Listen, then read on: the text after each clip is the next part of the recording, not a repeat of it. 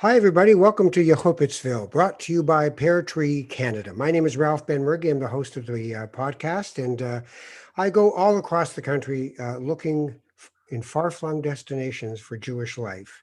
I was always interested in a rabbi I'd heard about in Regina.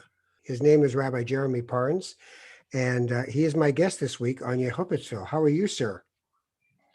I'm well, sir, very well, thank you. So, what's a nice guy from the UK doing rabbiing in Regina? I sometimes wonder myself why I'm here, but I have no complaints about being here either.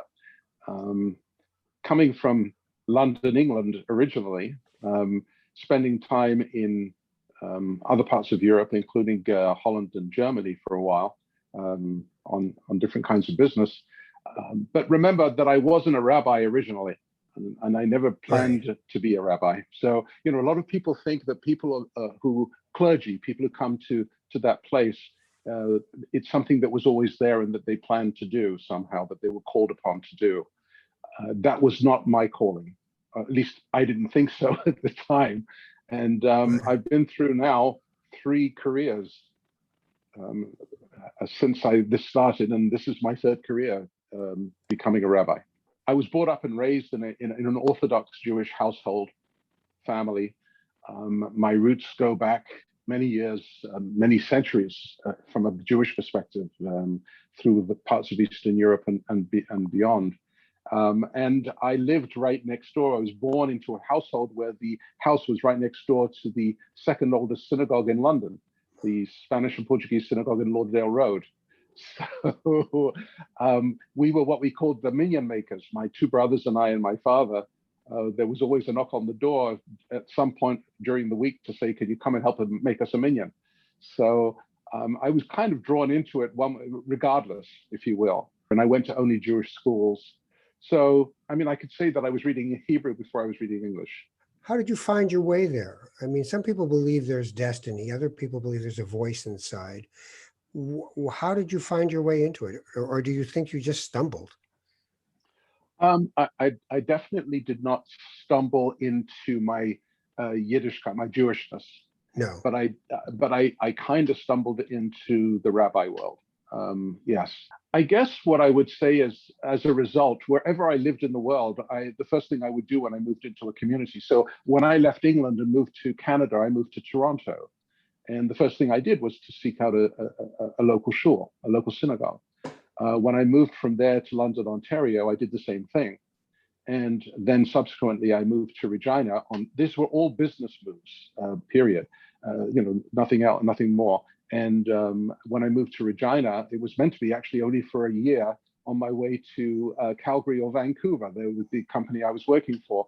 And of course, the first thing I did was I found the Beth Jacob Synagogue in Regina and joined the synagogue. So I've always been a part of and been a member of a Jewish community wherever I've gone. I was quite happily going along my way, minding my own business.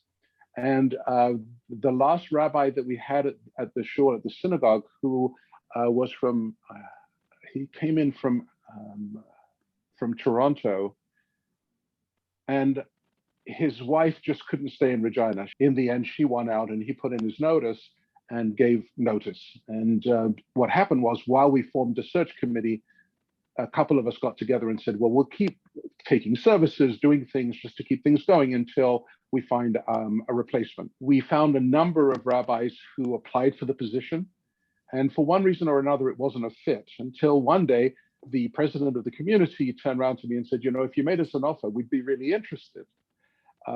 Well, I was totally shocked by that. I was totally unexpected. Tell me a little bit about the Regina community. We're a small community, as you can well imagine. You mentioned the population of Jews in the whole of Saskatchewan. So, in Regina, there is a small number of Jews, although that has expanded somewhat with the arrival of Israelis to Regina. On the other hand, the sort of the base foundational community that we have here is Regina-based Canadian families essentially, or Canadians that have moved from other cities. Everybody's telling you to be a rabbi, and you're saying, never mind, I'm fine. I'm fine the way I am. Yeah. It's kind of crazy. Exactly.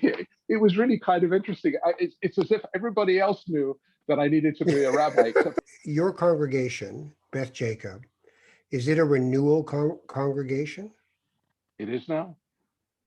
So how do the people who were there before you became the rabbi, how did you bring them across the bridge from conservative Judaism, for instance, to Jewish Renewal, which really, is, for those who don't understand or know it, is really kind of fusion of Hasidic and Buddhist and Jewish and experiential and embodied Judaism and all that. You have to hold the understanding. A good leader can only lead well as long as they don't go too far ahead of everybody else. So you have to be able to maintain the solid contact with your congregation or with your community, and still be bringing them forward into where we need to go. I took over as the rabbi in '98, as I mentioned to you, but I'd been in the community since '85. So I was already fairly familiar, and I had good relationships with the community before all of this happened. And in fact, it was from them that this took place. How do you engage the younger Jewish population in Regina? So again, it's a process, and slowly, allowing them to understand and see that we're making change, that things are shifting, and that they need to be a part of that. And when I say I need a part of that, I don't mean join because you're a Jew and you should be a part of this, but rather you have a point of view, you have a place in all of this, and your agreement or disagreement with what we do is as important and critical to the growth of us as community as anybody else's. Where do you go from here? Yeah, I keep figuring myself a rabbi. What kind of a nice job is that for a nice Jewish boy? I don't think I'm done yet, not in this community. And we've talked about moving somewhere else, just like other people have done over the years. And I'm not ready to go. And I think there's still a place for me here in this congregation, in this community, with the younger families as well, as long as I do it right. What is the Jewish response to the horrible tragedy, but also to the ongoing suffering of our First Nations people? I think the Jewish response has to be constant. We have to be a part of helping with resolution, a part of the solution, not a part of the problem. And we have to do that as gently as we can. We have to listen, we have to hear, but we also have to participate.